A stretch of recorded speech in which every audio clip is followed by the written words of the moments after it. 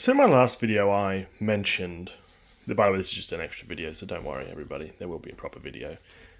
I mentioned this shelf here and said in the comments so you could figure out what each of them was and explain their significance. So this is a bit of a follow-up where I'm going to explain what each of these characters are, starting with the most obvious and then going to some of the more niche. So we'll start off with some of the more obvious ones, which are over here. You have Lorry 2, Lorry 3, Orange Rickety, and you have the red handcar. So the Lorry 2, this is my original Lorry 2, but the cargo I've exchanged. I got this as part of a set that I bought actually not far from where I live now.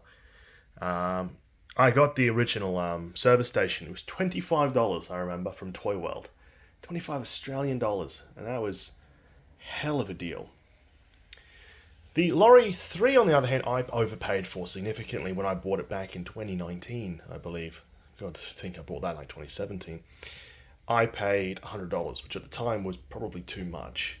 Now, $100 for a Lorry 3 is pretty damn cheap.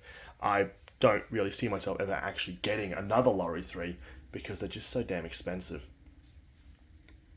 The Orange Rickety, this was part of a local lot I picked up when I used to live in Bundaberg. I think it was a $50 lot, which the rest of it was just kind of meh, but the fact it had an Orange Rickety was really good. And this guy, it's not mint, but you know, he's pretty good. The handcar is probably one of the more worn pieces, but I'm not really fussed. It's from the, I think it's like the, I can't remember, I'll throw a picture up on the screen. It's like it came with James and Percy. I want to say it's like the twist and turn, the green suspension bridge, which I still need to buy. So those were some of those that people obviously got. If you know a little bit more, like you'll know, this is the Gold Dome Buzz James. That's an exclusive to a European only release of the James James Goes Buzz set, which I actually now own. It's not on display yet, but I bought one off Ryan without the James, so this will go right in that set. I think I paid $50 for this, which was really cheap. Conditions great on the James. Tender needs to be replaced, but otherwise, I'm really happy with that. The rest are sort of rare because of... So the Neil and Troublesome Truck don't really need any introduction. They're the 07s. I talked about them at length, so I'll leave that for if you want to go back and have a look at some other videos. But basically, they're from this set, which I'm also really happy to own. But this is the 05 version, so it's the 05 coded, whereas these are the 07 coded.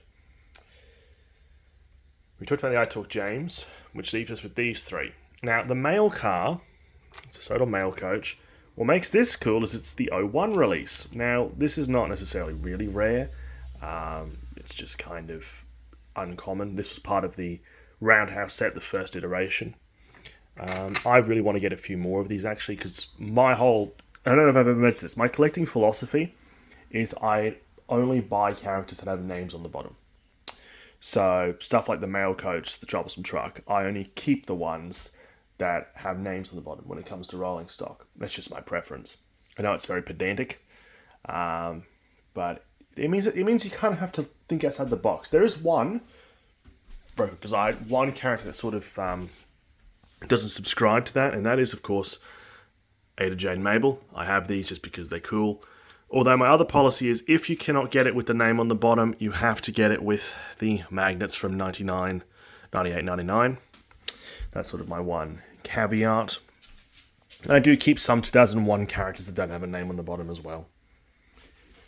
Which leaves us with Stepney and Edward, which arguably, the Edward's probably the hardest one. Look at the Stepney first. This is a 2004 coded Stepney. The 05 one, which I don't have on display, but it's a code that goes there, is a lot more common. That's the one that came with DVD packs, but this was an individual release. There's a couple of I think I have 3 coded Stepneys in total, 2 from 04, 1 from 05. But then this guy, this is something I need to film a video on because it's a little bit niche. It's very niche, actually. This is a 3i Edward. Now, 3i was a company that produced Wooden Railway for a little bit there. Like from memory, all the Better Be for Gordons They're 3i. In fact, I only just saw for the first time a 3i coded Gordon, but very rare to find these guys coded. But they were all 3i.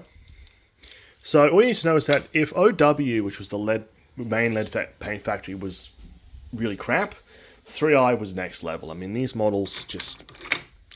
They had slightly different face, sort of, the face coloration was really odd. Look at the red banding. It looks pretty bad. They're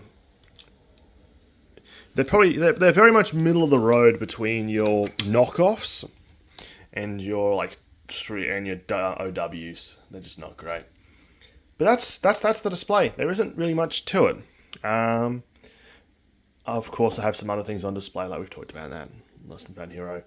But yeah, this is like the main things, and it's really nice. Makes you think, which is the whole point of this. But anyway, thank you all for watching, and bye for now.